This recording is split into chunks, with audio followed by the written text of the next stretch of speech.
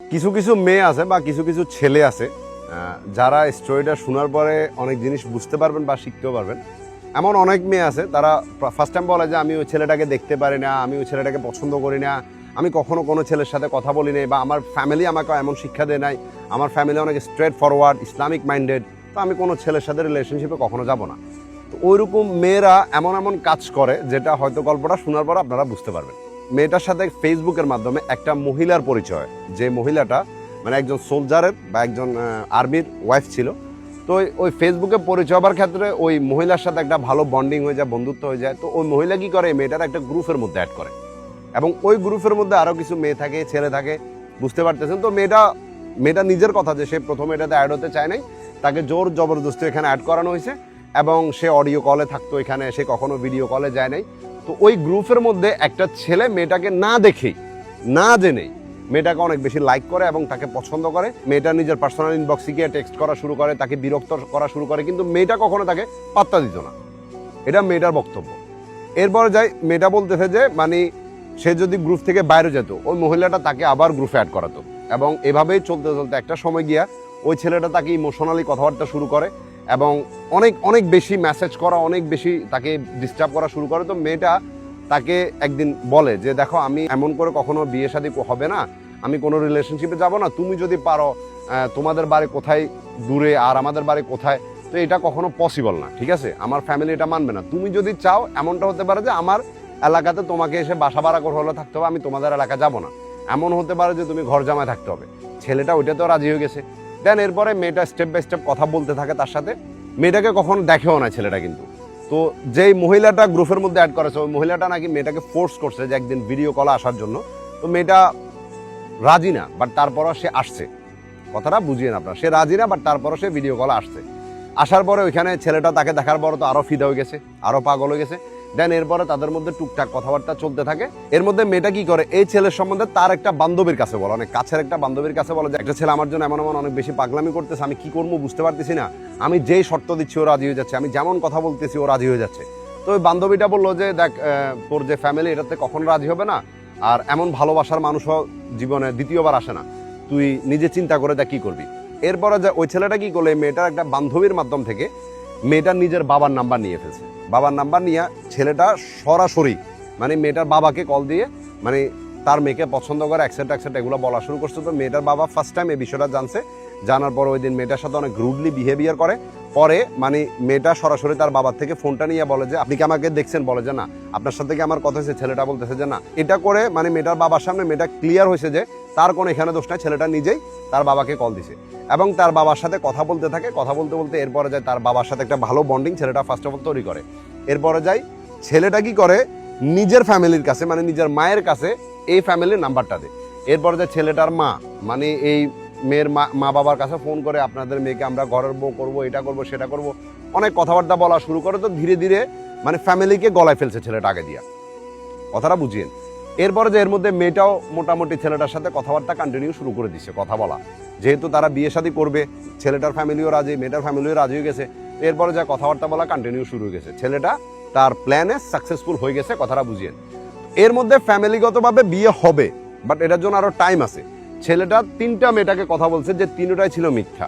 প্রথমত, সে বিমান বাহিনীতে চাকরি করবে, মিথ্যা কথা। সে ঢাকা ইউনিভার্সিটিতে পড়ালেখা করে, মিথ্যা কথা। সে একজন ফ্রিল্যান্সার, এটাও মিথ্যা কথা। এই সম্পূর্ণ প্রমাণ কিন্তু মেয়েটা পাইছে, বাট তারপরও সে ওইটা মানতেছে না। এরপরে যা যখন থেকে তারা একসাথে কথাবার্তা বলা শুরু করছে, এরপরে ধীরে ধীরে বিভিন্ন মাধ্যম থেকে এই মেয়েটার কাছে প্রমাণগুলো আসতে থাকে। যেমন প্রথম প্রমাণ হলো, এই ছেলেটা আরো অনেকগুলা মেয়ের সাথে শারীরিক সম্পর্ক পর্যন্ত করছে, এবং ভিডিও পর্যন্ত এই মেয়েটা পাইছে, ছবি পর্যন্ত দেখছে, এবং অনেকগুলা মেয়ের সাথে মেয়েটা নিজে পর্যন্ত কথা বলছে। কিন্তু তারপরে এই মেয়েটা ছেলেটাকে তখন আর ছাড়তে পারতেছে না। আর তখন এই ছেলেটার বিহেভিয়ার পুরাই চেঞ্জ। যে ছেলেটার ফ্যামিলি একটা সময় মেয়ের ফ্যামিলিকে ফোন দিয়া মানে আমরা গরিব মানুষ, আমাদের সাথে সম্পর্ক করতে পারেন, আমরা আপনাদের মেয়েকে অনেক সুখে রাখবো, অনেক ভালো রাখবো, অনেক কথাবার্তা বলতো, ওই ছেলের ফ্যামিলি এখন মেয়েটার সম্বন্ধে বিভিন্ন আজে বাজে কথা বলতেছে। ইভেন কি ছেলের মা ডিরেক্ট মেয়েটাকে বলে দিছে যে তোমরা পালায় বিয়ে করলে করতে পারো, ফ্যামিলিগত বাবা আর বিয়েটা হবে না, তুমি চাইলে আমার বাড়িতে চলে আসতে পারো, আমি তোমারে মেনে নেব, তবে ফ্যামিলিগত বা বিয়ে হবে এটা তুমি ভুলে যাও। কথাটা বুঝিয়েন। আর এটা বলার রিজন হলো মানে এই ছেলেটা অনেকগুলো মেয়ের সাথে কথা বলে, এই সম্পূর্ণ প্রমাণ যখন মেয়েটা তার মাকে দিছে, মানে ছেলেটার মাকে দিছে, ছেলেটার মার উল্টাপাল্টা কথা, মানে সে এইগুলা মানতেছে না, বলতেছে যে এমনটা করে, এমনটা হয়, ও আর করবে না, আমি ওরা মানা করে দেবো। এখন দেখতেছে যে ছেলের মানে কুকর্মের কোনো শেষই নেই, ছেলে কুকর্ম করেই যাচ্ছে। তখন এবারই মানে দেখতেছে যে এই মেয়েটা সম্পূর্ণ প্রমাণ সহ দিচ্ছে, তো আর তো কিছু বলার না, এখন ছেলের সাইড তো ছাড়তে পারবে না, তো উল্টা মেয়েটার নামে বদনামি তোলা শুরু করে দিল। এখন এর ভিতর একটা কথা প্রশ্ন করতে পারেন যে মেয়েটা এখনো পর্যন্ত ছেলেটার সাথে কথা কেন বলতেছে? এর মধ্যে তারা একটা হালাল কাজ করছে, অনেক মহান একটা কাজ করছে, সেটা হলো ওনারা ফোনের মধ্যে এক অপরকে বিয়ে করে নিছে, বুঝছেন না? ওই কারণে মেয়েটা একটা আটকাতে পড়ে গেছে, আর এই জন্য সে এই ছেলেটাকে ছাড়তে পারতেছে না, যত কিছু হয়ে যাচ্ছে। এখন এন্ড অফ দ্য ডে কি হয়েছে এখানে, যদি আমি পুরো ঘটনাটা বলে যাই, লং একটা ভিডিও হবে, এত কিছু বলার দরকার, আপনাদেরকে সিম্পল ভাবে বলি। এই ছেলেটার ফ্যামিলি থেকে প্রত্যেকটা পার্সন এই মেয়েটাকে জঘন্য ভাষা গালিগালাজ করছে, জঘন্য ভাষা কথাবার্তা বলছে, এবং এমন এমন ভাষা যেটা আমি মুখে আনতে পারবো না, এমন এমন জিনিস করছে। কিন্তু মেয়েটা তখন এগুলো শুনে যাচ্ছে। আর মেয়েটা যে ছেলেটাকে ভালোবাসছে, যে ছেলেটা এই মেয়েটার জন্য জীবন দিয়ে দিতে রাজি আছে, অনেক ব্ল্যাকমেল করছে। আর ওই ছেলেটা কি করতেছে জানেন? ছেলেটা নিজের মায়ের সামনে, ছোট বোনের সামনে পর্যন্ত এই মেয়েটাকে করতে, শুধু ছেলেটা যে তা না, ছেলেটা ছোট ভাই পর্যন্ত এই মেয়েটাকে ফোন করে বকাঝকা করতেছে, সম্পূর্ণ প্রমাণ দেওয়ার পরেও। একটা সময় মেয়েটা ডিসাইড করলো যে আসলে আমার সাথে যেহেতু এমনটা করতেছে, তো আমিও কিছু একটা করবো। এরপরে ছেলেটার কিছু প্রমাণ মেয়েটার কাছে ছিল, বলতেছে যে আমি তোমার এই ভিডিওগুলো, তোমার এই ছবিগুলো আমি সোশ্যাল মিডিয়াতে ভাইরাল করে দেবো। এটা মেয়েটা ছেলেটাকে থ্রেট দিছে। তো ছেলেটা বললো যে তোর মন যা চায় তুই তা কর, আমি এগুলার ভয় পাই না। এরপরে যাই মেয়েটা কি করলো, ফার্স্ট অফ অল এই ভিডিওগুলা মানে ছেলেটার মাকে দিছে। ছেলেটার মাকে দেওয়ার পরে ছেলেটার মা বলতেছে যে কি হয়েছে, আমি ওরা ছোট থেকে বড় করছি, এগুলো আমি কত দেখছি, এটা দেখার কি আছে এখানে? মানে কথাটা বুঝেন, এটা তার মায়ের রিয়েকশন। এরপর কি করলো, সব জায়গা থেকে মেয়েটাকে ব্লক করে দিচ্ছে। আর এর মধ্যে যে মেয়ের ফ্যামিলি, তারা অনেক বেশি ইন্টারেস্টিং হয়ে উঠছিল এই ফ্যামিলির সাথে, মানে তাদের মেয়ের বিয়ে দেওয়ার জন্য।